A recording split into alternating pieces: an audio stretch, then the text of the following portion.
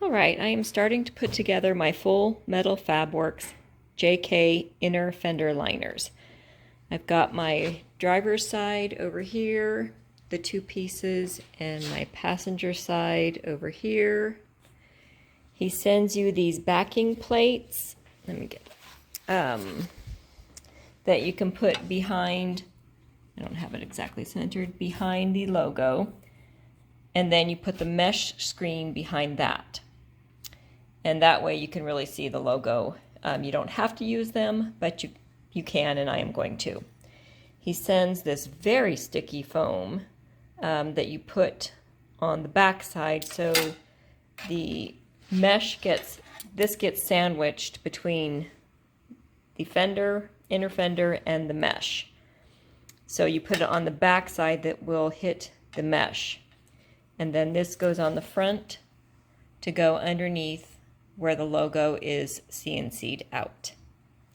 And then there's 22 of these little tiny screws and nylock nuts, and you use a 2mm Allen wrench to install them.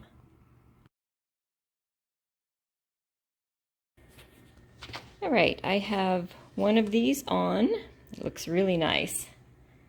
I like the way that looks, and the little stainless steel screws look nice, gives it a nice aggressive look, I think. And on the back, there's your mesh with the little nylock nuts. And what I ended up using besides the 2mm Allen key was a 5/16 little wrench here to hold the nylock nut in place, or you can use the Allen key to hold the front in place and turn this. It's probably a little bit easier. But I did use a glove because this little guy is so tiny it bends into your finger. So now I'm going to do the other one, but I think that looks really nice. All right, the other one is done, and it is much easier to hold the front side with your little Allen key and move your little wrench in a circle on the back. It makes it much easier than trying to turn the tiny little Allen key.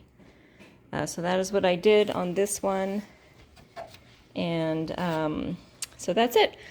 That's it for now, and I will be back to put together this one with this one.